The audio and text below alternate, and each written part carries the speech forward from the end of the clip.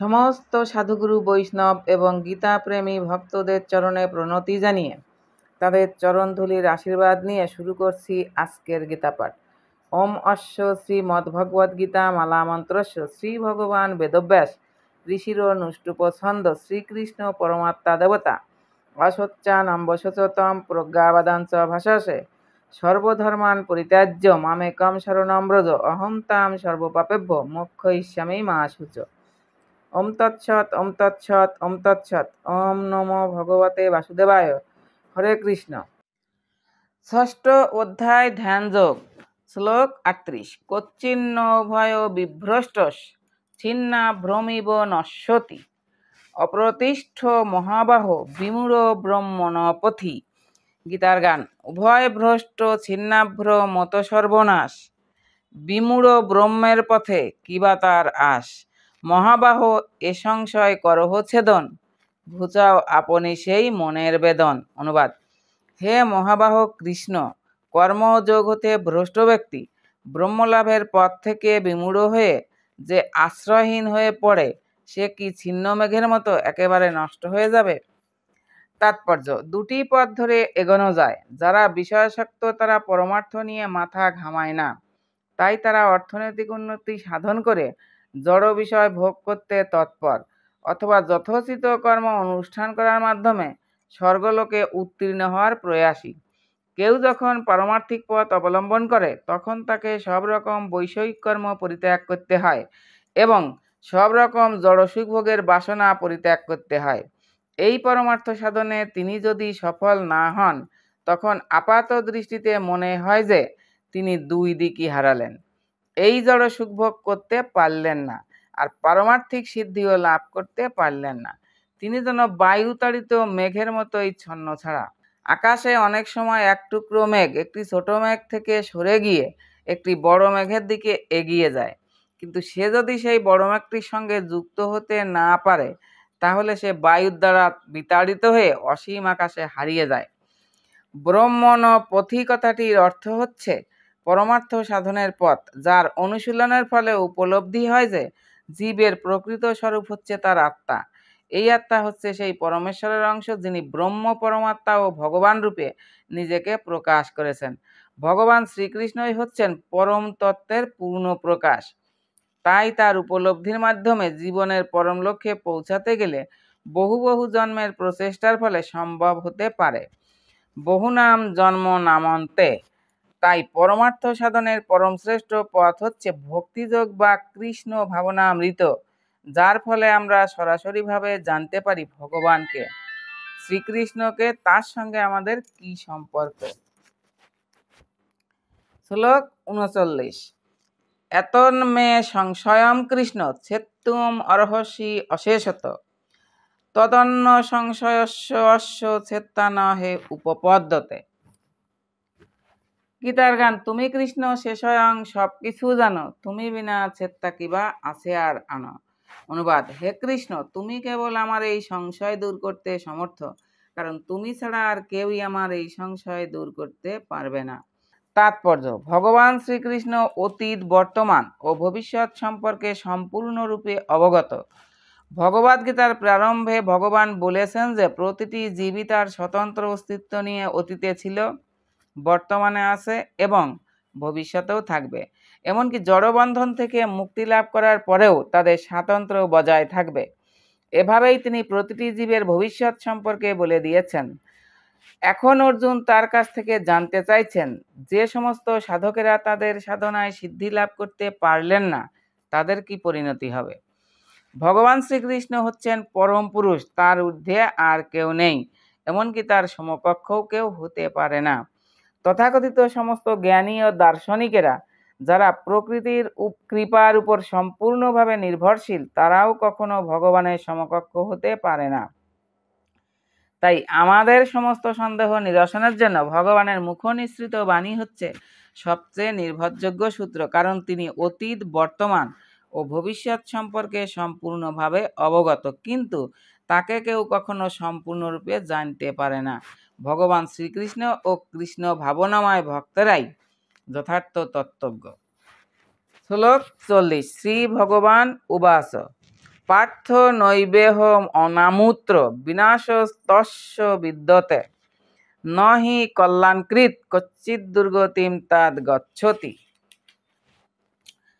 গীতার গান। শ্রী ভগবান কহিলেন, হে পার্থ, শুনহ তুমি সেরূপ তাহার, এক জন্মে নহে সিদ্ধ বিপত্তি অপার, তাহারাও নাহি নাশ ইহ বা অমূত্র, কল্যাণ কার্য যে সেই বিজয় সর্বত্র। অনুবাদ। পরমেশ্বর ভগবান বললেন, হে পার্থ, শুভা অনুষ্ঠানকারী পরমার্থবিদের ইহলোকে ও পরলোকে কোনো দুর্গতি হয় না। হে বৎস, তার কারণ কল্যাণকারীর কখনো অধোগতি হয় না। তাৎপর্য। শ্রীমদ্ ভাগবতে শ্রীনারদ মুনি ব্যাসদেবকে নির্দেশ দিয়েছেন, ত্যক্তা স্বধর্মম চরণাম্বুজম হরে ভজন্য পক অথ পতে তত্ত্ব যদি, যত্র ক বাভদ্রম ভুদমুষ্য কিম কো ব্যর্থ আপ্ত ভজতাম স্বধর্মত। কেউ যদি সব রকম জড়জাগতিক কর্তব্য পরিত্যাগ করে ভগবানের শ্রী পাদপদ্মে শরণাগত হয়, তাহলে তার কোনো রকম ক্ষতি বা পতনরূপী অমঙ্গলের আশঙ্কা থাকে না। পক্ষান্তরে সর্বতোভাবে স্বধর্ম আচরণে রত অভক্তের কোনোই লাভ হয় না। জাগতিক উন্নতির জন্য নানা রকম শাস্ত্রোক্ত ও প্রচলিত আচার অনুষ্ঠান আছে, কিন্তু কৃষ্ণ ভাবনামৃত লাভ করবার জন্য পরমার্থ সাধককে এই সমস্ত ক্রিয়াকলাপ পরিত্যাগ করতে হয়। তর্কের খাতিরে কেউ বলতে পারে যে ভগবত ভক্তি সাধনের পথে সিদ্ধি লাভ করলে পরমার্থ সাধিত হতে পারে, কিন্তু যদি সিদ্ধি লাভ না হয় তাহলে তার জাগতিক জীবন ও পারমার্থিক জীবন উভয়ই বিফলে যায়। শাস্ত্রে বলা হয়েছে যে শাস্ত্রের বিধান অনুসারে স্বধর্মের আচরণ না করলে তাকে সেই পাপের ফল ভোগ করতে হয়।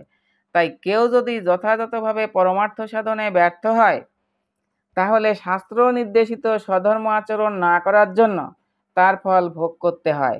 এই ভ্রান্ত ধারণা থেকে আমাদের সংশয় দূর করবার জন্য শ্রীমদ্ ভাগবত অসফল পরমার্থবাদীকে এই প্রতিশ্রুতি দিচ্ছে যে এক জীবনে পরমার্থ সাধনে সিদ্ধি লাভ না করতে পারলেও তাতে দুশ্চিন্তা করার কোনো কারণ নেই। এমনকি যদিও স্বধর্ম যথাযথভাবে অনুষ্ঠান না করার জন্য তিনি তার প্রতিক্রিয়ার অধীন হলেও তার ক্ষতির কোনো কারণ নেই, কারণ শুভ কৃষ্ণ ভাবনামৃত কখনো বিফলে যায় না। এবং পরবর্তী জীবনে কেউ যদি অত্যন্ত নিচ বংশেও জন্মগ্রহণ করেন, তাহলেও তিনি ভগবত ভক্তির মার্গ থেকে বিচ্যুত হন না। পক্ষান্তরে কেউ যদি একান্ত নিষ্ঠার সঙ্গে স্বধর্মের অনুষ্ঠান করে, কিন্তু অন্তরে যদি ভগবত ভক্তি না থাকে, তাহলে তার কোনোই কল্যাণ হয় না। এই তাৎপর্যে আমরা বুঝতে পারি যে মানুষকে দুভাগে ভাগ করা যায়, সংযত ও উচ্ছৃঙ্খল। যে সমস্ত মানুষ পরজন্মের কথা বিবেচনা না করে, পারমার্থিক মুক্তির কথা বিবেচনা না করে কেবল পশুর মতো তাদের ইন্দ্রিয় তৃপ্তি করার চেষ্টা করে, তারা উচ্ছৃঙ্খল পর্যায়ভুক্ত। আর যারা শাস্ত্রের নির্দেশ অনুসারে ধর্মীয় আচার অনুষ্ঠানের মাধ্যমে জীবনযাপন করে, তারা সংযত পর্যায়ভুক্ত। যারা উচ্ছৃঙ্খল তারা উন্নত হোক বা অনুন্নতই হোক, সভ্য হোক বা অসভ্যই হোক, শিক্ষিত হোক বা অশিক্ষিতই হোক, শক্তিশালী হোক বা দুর্বলই হোক, তারা সকলেই পাশবিক প্রবৃত্তির দ্বারা প্রভাবিত। তাদের ক্রিয়াকলাপ কখনো মঙ্গলজনক হয় না, কারণ আহার, নিদ্রা, ভয় আর মৈথুনের মাধ্যমে পশুর মতো ইন্দ্রিয় তৃপ্তি করে সুখের অন্বেষণ করার ফলে তারা চিরকালই দুঃখময় জড়জগতে পড়ে থাকে এবং নিরন্তর দুঃখ কষ্ট ভোগ করে। পক্ষান্তরে যারা শাস্ত্রের নির্দেশ অনুযায়ী সংযত জীবনযাপন করে ক্রমান্বয়ে কৃষ্ণ ভক্তির পর্যায়ে উন্নীত হন, তাদের জন্ম হয় সার্থক। যারা মঙ্গলজনক সংযত জীবনযাপন করেন তাদের আবার তিন ভাগে ভাগ করা যায়। ১. কর্মী, যারা শাস্ত্রের নির্দেশ অনুসারে জীবনযাপন করে জাগতিক সুখ স্বাচ্ছন্দ্য ভোগ করছেন। ২. মুক্তিকামী, যারা জড়জগতের বন্ধন থেকে মুক্ত হওয়ার চেষ্টা করছেন। এবং ৩. ভগবত ভক্ত, যারা ভগবান শ্রীকৃষ্ণের চরণে সর্বতোভাবে আত্মোৎসর্গ করে তার সেবায় নিয়োজিত হয়েছেন। শাস্ত্রের নির্দেশ অনুসারে জীবনযাপন করে চলেছেন যে সমস্ত কর্মী, তাদের আবার দুভাগে ভাগ করা যায়, সকাম কর্মী ও নিষ্কাম কর্মী। ধর্ম আচরণ করার প্রভাবে অর্জিত পুণ্য ফলের বলে যারা জড়সুখ ভোগ করতে চান, তারা উন্নত জীবন প্রাপ্ত হন এমনকি তারাও স্বর্গলোকও প্রাপ্ত হন। কিন্তু জড় সুখভোগ করার বাসনায় আসক্ত থাকার ফলে তারা যথার্থ মঙ্গলজনক পথ অনুসরণ করছেন না। জড়জগতের বন্ধন থেকে মুক্ত হওয়ার প্রচেষ্টাই হচ্ছে মঙ্গলজনক কার্যকলাপ। পরম তত্ত্ব জ্ঞান লাভ করার উদ্দেশ্যে অথবা দেহাত্মবুদ্ধি থেকে জীবকে মুক্ত করার উদ্দেশ্যে যে কর্ম সাধিত হয় না তা কোনো মতেই মঙ্গলজনক নয়। কৃষ্ণ ভাবনাময় কর্মই হচ্ছে একমাত্র মঙ্গলময় কর্ম। এই কৃষ্ণ ভাবনাময় ভক্তিযোগের পথে প্রগতির জন্য যিনি স্বেচ্ছায় সব রকম শারীরিক অসুবিধাগুলিকে সহ্য করেন তিনি নিঃসন্দেহে তপনিষ্ঠ পূর্ণযোগী। অষ্টাঙ্গ যোগেরও পরম উদ্দেশ্য হচ্ছে কৃষ্ণ ভাবনামৃত লাভ করা। তাই এই প্রচেষ্টা অত্যন্ত মঙ্গলজনক এবং যিনি এই মার্গে ভগবত তত্ত্বজ্ঞান লাভ করবার যথাসাধ্য চেষ্টা করছেন তারও কোনো রকম অধঃপতনের সম্ভাবনা নেই। আবারও সকল ভক্তদের চরণে প্রণতি জানিয়ে আজকের গীতাপাঠ এখানেই সমাপ্ত। হরে কৃষ্ণ কৃষ্ণ কৃষ্ণ হরে হরে, হরে রাম রাম রাম হরে হরে। জপ হরে কৃষ্ণ হরে রাম, নিতাই গৌর রাধেশ্যাম। নিতাই গৌর হরিবল হরিবল হরিবল গৌর হরিবল।